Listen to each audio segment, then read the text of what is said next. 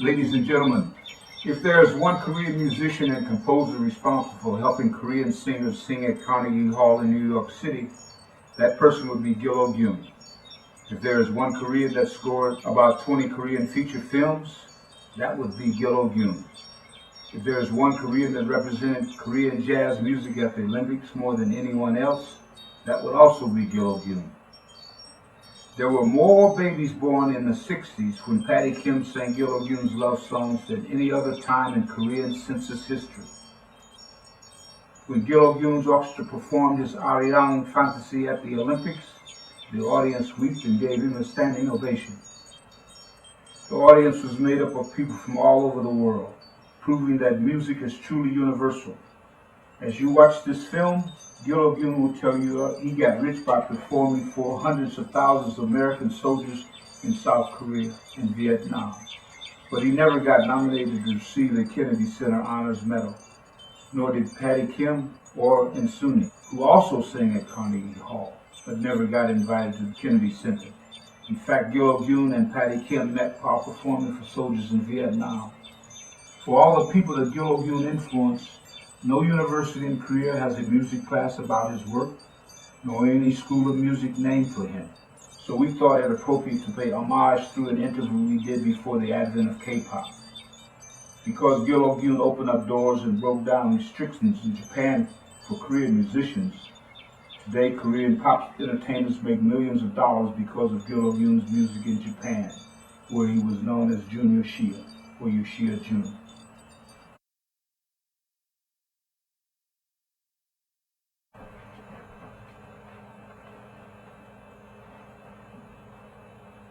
Ladies and gentlemen, boys and girls, today we pay homage to the person that I think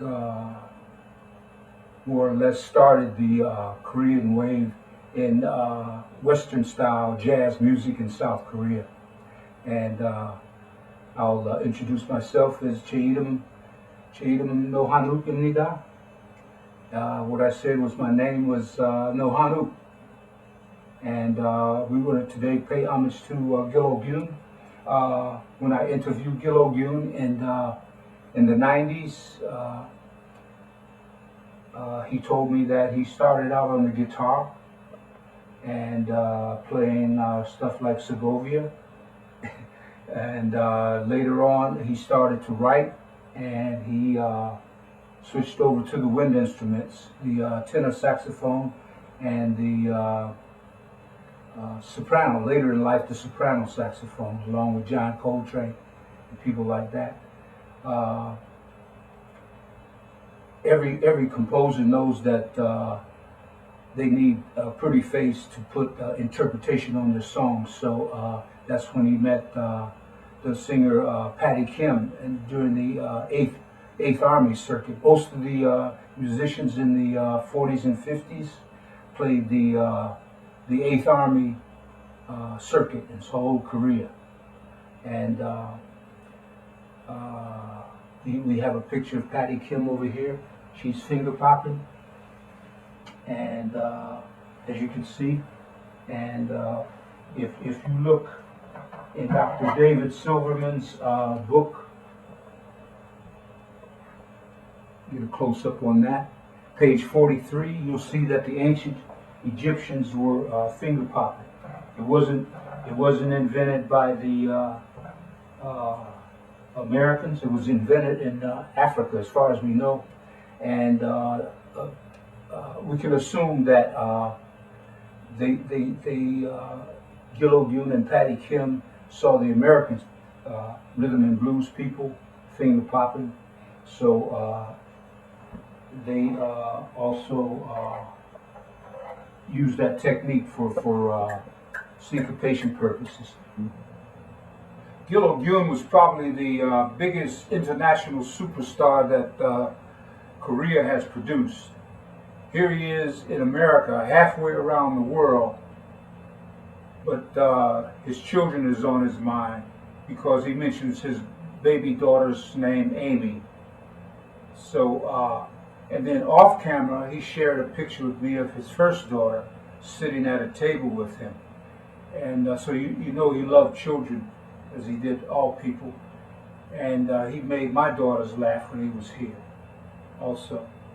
So this is like Amy's Arirang, or children's Arirang.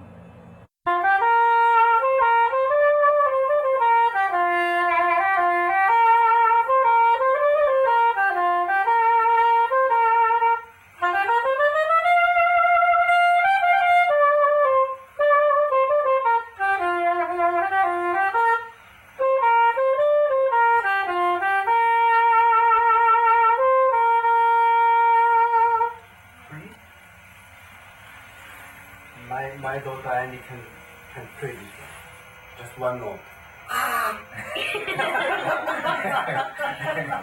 Just one note.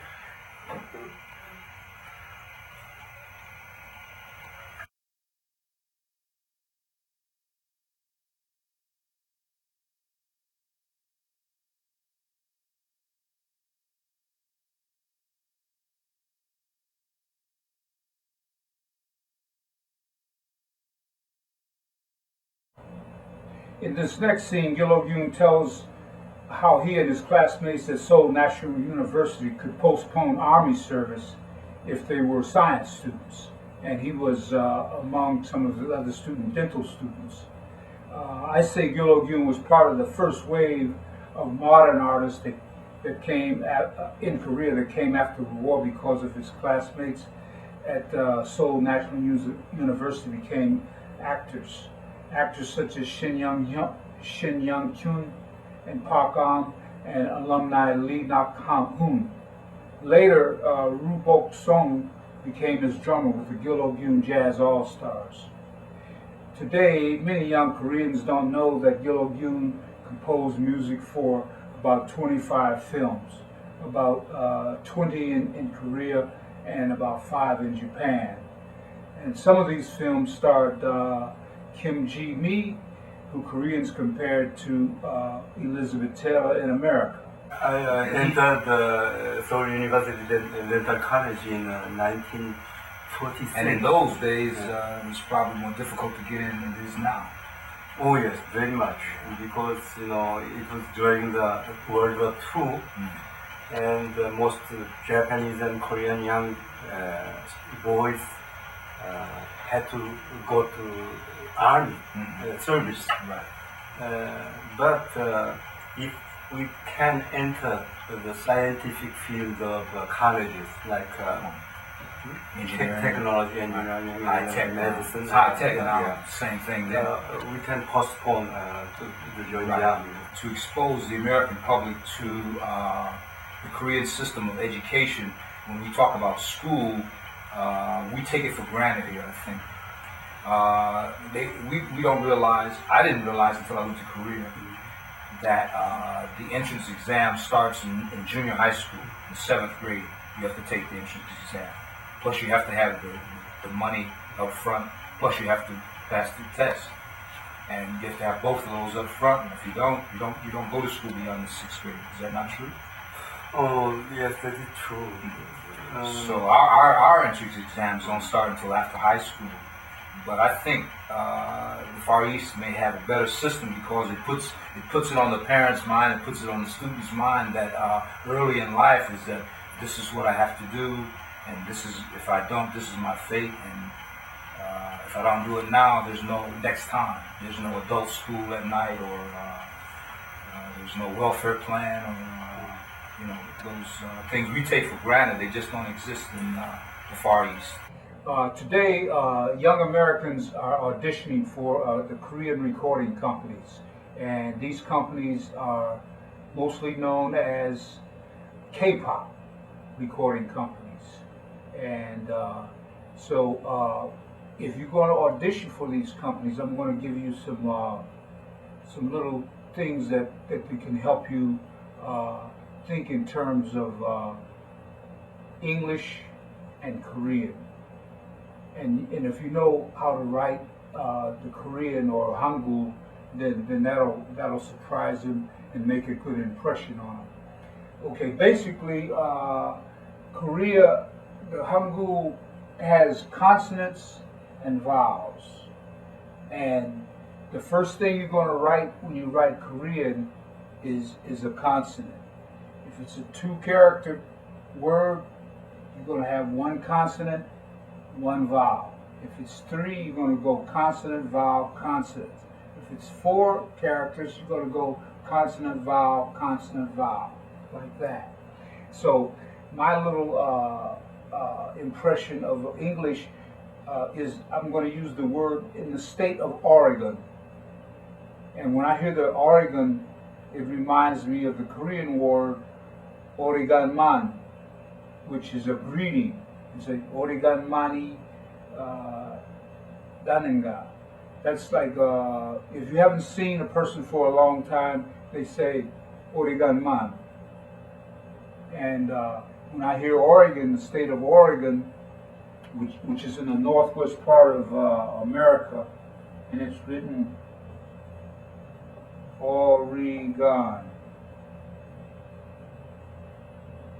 In the Korean, you're going to go with the consonant. It's silent. So if it's silent, it doesn't make any sound. Oh, okay. That doesn't mean oh. That's the character. Here's the sound oh in Korean. They write top down, left to right. Ori. Left to right, top down, left to right, top down, left to right. Ori. Gan. Oregon man. There's Oregon, Oregon. Oregon man.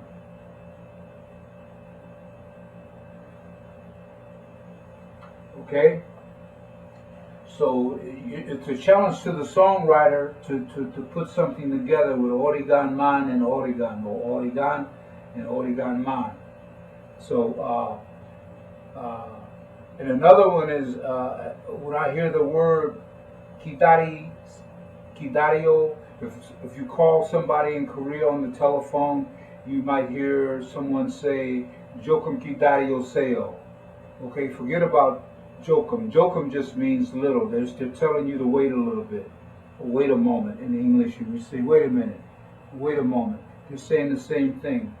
They say little first and then wait. A little bit, wait.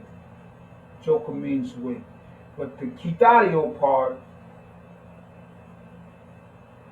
is like the hip American word daddy-o. Hey, daddy-o.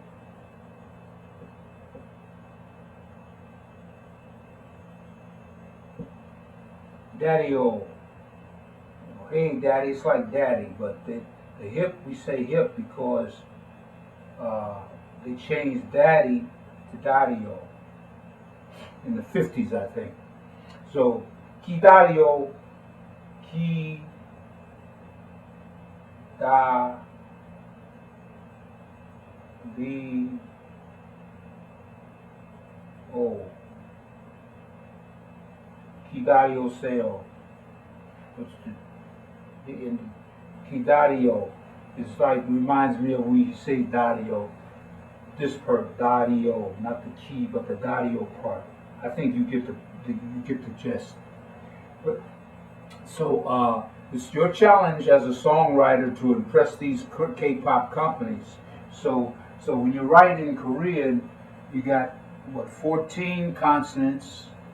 1, 2, 3, 4, 5, 6, 7, 8, 9, 10, 11, 12, 13, 14, and you got these 21 vowels. This one is the same as this one, so don't count this one twice. And you know Gangnam Style, with when Psy wrote Gangnam Style.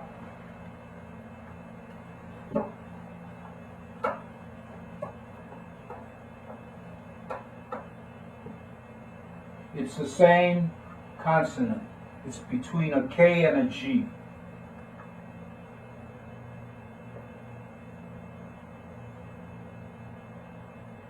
Kang, Nam,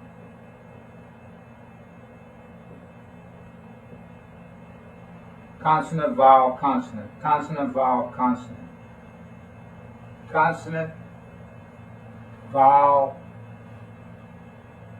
consonant. Nam. Consonant, vowel, consonant. The M sound. Just a little sound. D sound. Okay? Gangnam, well, they say Gangnam Style, but actually they're saying Gangnam Chic. In Korea, style means chic. But in America, they called it Gangnam Style.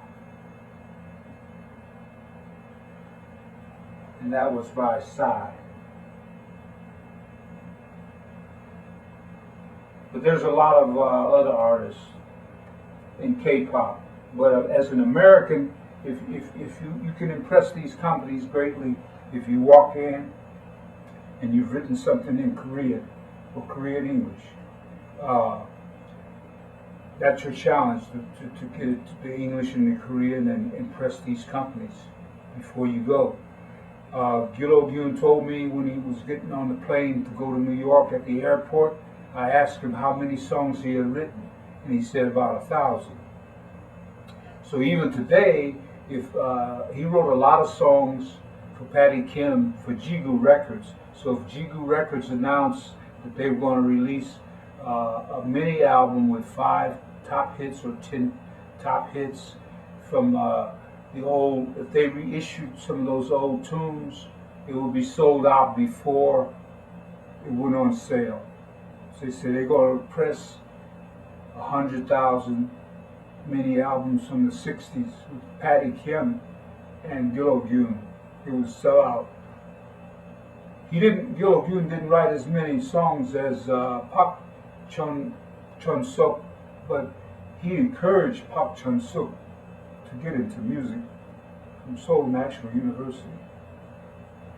So that's how writing in Korean is how to get into K-pop in Korea for young artists and songwriters.